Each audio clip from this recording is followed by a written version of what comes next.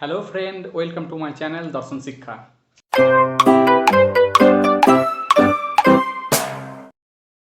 আজ আমি তোমাদের সামনে উপস্থিত হয়েছি পাশ্চাত্য দর্শনের যুগ বিভাগের দ্বিতীয় পর্বকে নিয়ে।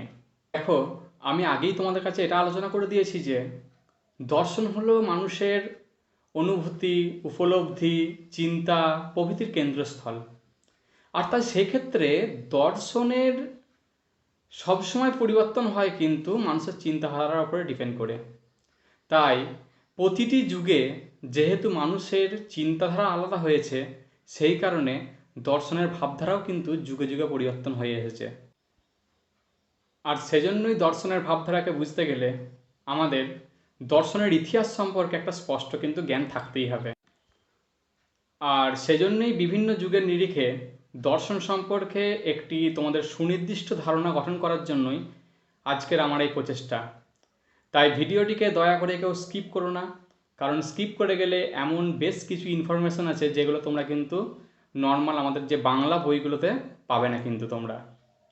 আর অবশ্যই ভিডিওটি ভালো লেগে থাকলে লাইক করো, এবং এই ভিডিওর পরে তোমাদের কোনো দর্শন নিয়ে আজকের আলোচনা থেকে কোনো প্রশ্ন থাকলে কমেন্ট সেকশনে অবশ্যই কমেন্ট করে জানাও। আর আমার প্রতিটি ক্লাসের নোটিফিকেশান ঠিকঠাক টাইমে পাওয়ার জন্য অবশ্যই চ্যানেলটিকে সাবস্ক্রাইব করে দাও এবং পাশে দেওয়া বেল আইকনটিকে ক্লিক করতে যেন ভুলো না।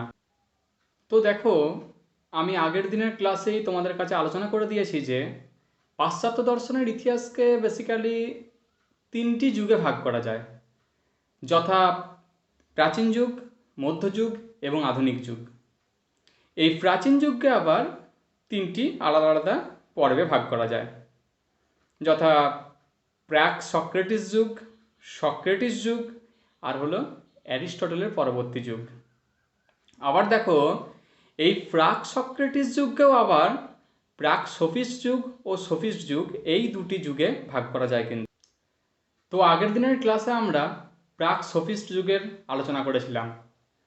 তো কেউ যদি এখনও পর্যন্ত আগের দিনের ভিডিওটি না দেখে থাকো, তাহলে অবশ্যই ডেসক্রিপশন বক্সে দেওয়া লিঙ্কে গিয়ে আগের দিনের ক্লাসটি আমার দেখে নিতে পারো।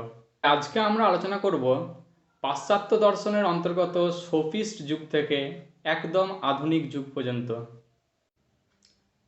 আজ প্রথমেই আমরা প্রাক সক্রেটিস যুগের অন্তর্গত সোফিস্ট যুগকে আলোচনা করব। তো সোফিস্ট যুগের আলোচনা প্রসঙ্গেই আমাদের প্রথমে একটা কোশ্চেন মাথায় আসে, এই সোফিস্ট কারা? সোফিস্ট কথার অর্থই বা কী? এই সোফিস্ট কথাটি এসছে গ্রিক শব্দ সোফোস থেকে, যার মানে কিন্তু জ্ঞানী ব্যক্তি। তবে খ্রিস্টপূর্ব ৫ম ও ৪র্থ শতকে সোফিস্ট বলতে গ্রিসের এক পরিব্রাজক শিক্ষক জাতিকে বোঝানো হয়েছে, যারা মোটা অঙ্কের পারিশ্রমিকের বিনিময়ে বিভিন্ন জায়গায় ঘুরে ঘুরে শিক্ষা দিতেন। আর এই সোফিস্টরা বিশেষত দেশের যুবকদের গণিত শিক্ষা, জ্যোতির্বিজ্ঞান শিক্ষা, ব্যাকরণ শিক্ষা প্রভৃতি দিতেন। কয়েকজন খ্যাতনামা সোফিস্ট দার্শনিক হলেন প্রোটাগোরাস, প্রোডিকাস, হিফিয়াস, জর্জিয়াস প্রমুখ। তবে এই সোফিস্ট যুগের দর্শন চর্চা কিন্তু প্রাক সোফিস্ট যুগের দর্শন চর্চার থেকে সম্পূর্ণ আলাদা ছিল। যেখানে প্রাক সোফিস্ট যুগের দার্শনিকেরা মূলত জগতের সৃষ্টিতত্ত্বকে নিয়ে আলোচনা করতেন, সেখানে সোফিস্টরা কিন্তু তাদের আলোচনায় মানুষকে স্থান দিয়েছিলেন। তারা মানুষের জ্ঞান, আচরণ ইত্যাদি নিয়েই কিন্তু আলোচনা করে গেছেন।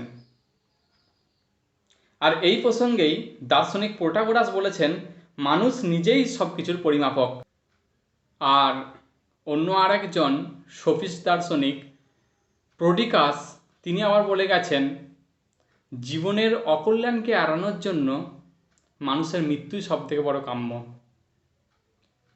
আবার সোফিস্ট দার্শনিক জর্জিয়াস যেমন কর্মের নৈতিক ফলকে নিয়ে আলোচনা করে গেছেন তার দর্শনে।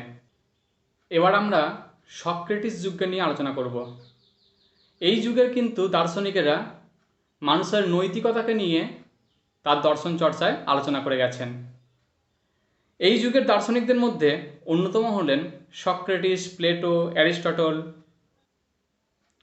এই তিন দার্শনিক মূলত গুরু শিষ্য পরম্পরাতে একে অপরের অভিমতকে মেনে নিয়ে আবার কিছু কিছু ক্ষেত্রে কিছু অভিমতকে খণ্ডন করে নিজস্ব অভিমত প্রতিষ্ঠা করে গেছেন। তো দর্শন চর্চায় সক্রেটিস তার অসামান্য অবদান রেখে গেছেন, কিন্তু তার জ্ঞানতত্ত্ব ও নৈতিক মতদানের মধ্য দিয়েই। তারপর তার শিষ্য এসেছেন যার নাম প্লেটো। তিনি তার ধারণাবাদ, নৈতিক মতবাদ, রাষ্ট্রতত্ত্ব ইত্যাদির মাধ্যমে দর্শনকে নতুন এক রূপ দান করেছেন। আর প্লেটোর শিষ্য আবার অ্যারিস্টটল, যিনি নিজে প্লেটোর ধারণাবাদকে বিরোধিতা করে নিজের মত দান করে গেছেন। যেহেতু আমি সক্রেটিস, অ্যারিস্টটল, প্লেটো এই তিন দার্শনিককে নিয়ে তিনটি ক্লাসে আলাদা আলাদাভাবে আলোচনা করব, তাই আজ আর ডিটেলসে এদের নিয়ে বলছি না। এবার আমরা আলোচনা করব অ্যারিস্টটলীয় পরবর্তী যুগকে নিয়ে, যা গ্রিক দর্শনের কিন্তু শেষ ধাপ। এথেন্স, রোম ও আলেকজান্দ্রিয়াতে খ্রিস্টপূর্ব 320 অব্দ থেকে 529 খ্রিস্টাব্দ পর্যন্ত এই দর্শন চর্চা চলেছিল। তো এই সময়ের দার্শনিকেরা মানুষের নৈতিকতা ও ধর্মীয় এই দুটি দিককে নিয়েই কিন্তু আলোচনা করতেন। আর এই যুগের প্রধান তিনটি দর্শন সম্প্রদায় হল এপিকিউরিয়ান সম্প্রদায়, স্টোইক সম্প্রদায় ও নব্য প্লেটোনিক সম্প্রদায়। যার মধ্যে প্রথম আছে এপিকিউরিয়ান সম্প্রদায়, যার প্রতিষ্ঠাতা হলেন দার্শনিক এপিকিউরাস। ইনি নৈতিকতার একটি দিক সুখবাদকে নিয়ে মূলত আলোচনা করেছেন তার দর্শনেতে। এরপর আমরা চলে আসছি দ্বিতীয় দর্শন সম্প্রদায়, যার নাম স্টোইক সম্প্রদায়, যার প্রতিষ্ঠাতা হলেন জেনো আর প্রধান দার্শনিক হলেন এপিকটিটাস। তো এই দর্শন সম্প্রদায় নিয়ে খুব একটা বেশি অভিমত পাওয়া না গেলেও এপিকটিটাসের একটি বিখ্যাত উক্তি পাওয়া যায়, যা হলো সদ্গুণই হলো সুখের জন্য যথেষ্ট। অর্থাৎ ইনিও কিন্তু সুখ নিয়েই কিন্তু আলোচনা করেছেন। আর তৃতীয় দর্শন সম্প্রদায়টি হলো নব্য প্লেটোনিক সম্প্রদায়, যার প্রতিষ্ঠাতা হলেন দার্শনিক প্লটিনাস, যিনি বৌদ্ধিক সত্তা ও আত্মাকে নিয়ে তার দর্শন চর্চায় আলোচনা করেছেন। তবে 529 খ্রিস্টাব্দে সম্রাট জাস্টিনিয়ান এথেন্সের সমস্ত দর্শন আলোচনার কেন্দ্রগুলিকে বন্ধ করে দেন, আর তারই সঙ্গে সঙ্গে নব্য প্লেটোনিক দর্শনেরও অবসান ঘটে। আর এই নব্য প্লেটোনিক দর্শনেরই হাত ধরে পাশ্চাত্য দর্শনের প্রাচীন যুগের অবসানও কিন্তু ঘটে। দেখো, পাশ্চাত্য দর্শনের ইতিহাসে সবচেয়ে গৌরবময় দুটি যুগ হলো কিন্তু প্রাচীন যুগ এবং আধুনিক যুগ। আর এই দুটি যুগের মধ্যবর্তী সময়ে পাশ্চাত্য দর্শনের ইতিহাসে অনুজ্জ্বল একটি যুগের আবির্ভাব হয়, যা মধ্যযুগ নামে পরিচিত। এই মধ্যযুগকে হঠাৎ করে আমি অনুজ্জ্বল যুগ বললাম কেন, তার কারণ হলো একটাই, এই সময়েই সবচেয়ে বেশি ধর্মযাজকের প্রভাব বেড়েছিল আমাদের পাশ্চাত্য দেশেতে। আর তাই এই সময়েতে দর্শন চর্চার চেয়ে ধর্মচর্চায় বৃদ্ধি পায়। তবে এই যুগে বেশ কিছু ধর্মযাজক ছিলেন যারা ধর্মের পাশাপাশি দর্শন তত্ত্বকেও কিন্তু আলোচনা করে গেছেন। তাদের মধ্যে অন্যতম হলেন সেন্ট অগাস্টাইন, সেন্ট অ্যানসেলেম আর সেন্ট টমাস অ্যাকুইনাস। তবে একটা কথা কি, এরা কিন্তু কখনোই ধর্মের বিরোধী কোনো মতকে পোষণ করতে কোনোদিনই পারেননি, বরং ধর্মের আঙিনাতে দর্শনকেই আলোচনা করে গেছেন এনারা।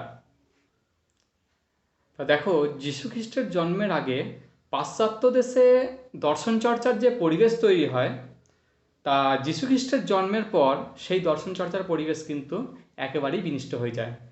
কারণ মধ্যযুগের ধর্মীয় গোঁড়ামি মানুষের স্বাধীন চিন্তাকে বাধা দেয়, আর মানুষের স্বাধীন চিন্তায় যদি বাধা পড়ে তাহলে তার প্রভাব অবশ্যই দর্শন চিন্তাতেও পড়ে।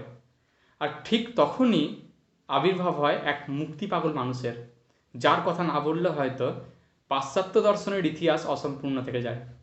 তিনি হলেন বেকন। ইনিই প্রথম ধর্মের গোড়ামি থেকে মানুষকে আধুনিকতার ছোঁয়াতে দর্শন চর্চা করতে শিখিয়েছিলেন। আর এনার মুক্ত চিন্তাকে অনুসরণ করেই পাশ্চাত্য দর্শনে আধুনিক চিন্তাধারার সূচনা করেন চিন্তাবিদ দেকার্ত। এবার আমরা আলোচনা করব আধুনিক যুগের দর্শনকে নিয়ে। তো পাশ্চাত্য দর্শন প্রথম বেকনের হাত ধরেই আধুনিকতার ছোঁয়া পায়, আর আধুনিকতার ধারায় পরিপূর্ণতা পায় দেকার্তের হাত ধরে। তাই চিন্তাবিদ দেকার্তকেই আধুনিক দর্শনের জনক বলা হয়ে থাকে। এই আধুনিক দর্শন মূলত দুটি ভাবধারার ওপরে বেস করে গঠিত হয়েছে। একটি হলো বুদ্ধিবাদ এবং অন্যটি হলো অভিজ্ঞতাবাদ। বুদ্ধিবাদ অনুসারে আমাদের জ্ঞান লাভের একমাত্র যথার্থ উৎস হলো বুদ্ধি, মানে বুদ্ধি ছাড়া আমাদের প্রকৃত জ্ঞান লাভ করা কখনোই সম্ভব নয়। আর তাই তো বোকা, নির্বোধ, পাগল এরা কখনোই জ্ঞান লাভ করতে পারে না। এই বুদ্ধিবাদের উল্লেখযোগ্য দার্শনিক হলেন দেকার্ত, স্পিনোজা, লাইবনিজ প্রমুখরা। আর ঠিক এদেরই একটি বিরোধী মতবাদ হলো অভিজ্ঞতাবাদ। এই অভিজ্ঞতাবাদের মূল কথা হলো আমাদের জ্ঞান লাভের একমাত্র উৎসই হলো ইন্দ্রিয় অভিজ্ঞতা, মানে আমাদের যে 5টি ইন্দ্রিয় আছে ওই 5টি ইন্দ্রিয়ের অভিজ্ঞতার সাহায্যে লাভ করা জ্ঞানই হলো প্রকৃত জ্ঞান বা আসল জ্ঞান। আর এই অভিজ্ঞতাবাদের উল্লেখযোগ্য দার্শনিক হলেন লক, বার্কলে, হিউম প্রমুখ। দেখো, যখন বুদ্ধিবাদ ও অভিজ্ঞতাবাদ এই দুটি মতবাদ পুরো পাশ্চাত্য দর্শন জুড়ে চর্চিত হচ্ছে, ঠিক এমন সময়েতেই এই দুটি মতবাদের মধ্যপন্থী একটি নতুন মত নিয়ে দর্শন চর্চা করতে এলেন দার্শনিক কান্ট। তিনি এই দুটি মতের মধ্যে সমন্বয় সাধন করে একটি নতুন মতকে প্রদান করতে চেয়েছেন, যে মতবাদ বিচারবাদ নামে পরিচিত। কান্ট এটা মনে করেন যে বুদ্ধি কিংবা অভিজ্ঞতা এরা দুজনেই কিন্তু আলাদা আলাদাভাবে কোনো সম্পূর্ণ এবং স্পষ্ট জ্ঞান দিতে পারে না। তা যদি আমরা ইন্দ্রিয়ের সাহায্যে অভিজ্ঞতা লাভ করে থাকি এবং তা যদি আমরা বুদ্ধির সাহায্যে যাচাই করি, তাহলেই একমাত্র আমরা সম্পূর্ণ জ্ঞান দিতে পারব। তো এই অভিমত পরে খুবই একটি জনপ্রিয় অভিমত হিসেবে কিন্তু পরিগণিত হয়। তাই কান্টের দর্শনে বিচারবাদ হলো একটি কালজয়ী মতবাদ। তো দেখো, পাশ্চাত্য দর্শনের যুগ বিভাগের মধ্য দিয়ে মোটামুটিভাবে পাশ্চাত্য দর্শনের ইতিহাসকে তোমাদের কাছে তুলে ধরার আমি চেষ্টা করলাম। তো আশা করি তোমরা সবাই বুঝতে পেরেছো। তো পরের ক্লাস থেকে আমরা এক একটি টপিককে ধরে ধরে আলোচনা করব। তো আজ এই পর্যন্তই বন্ধুরা, দেখা হবে পরের ভিডিওতে। সবাই ভালো থেকো।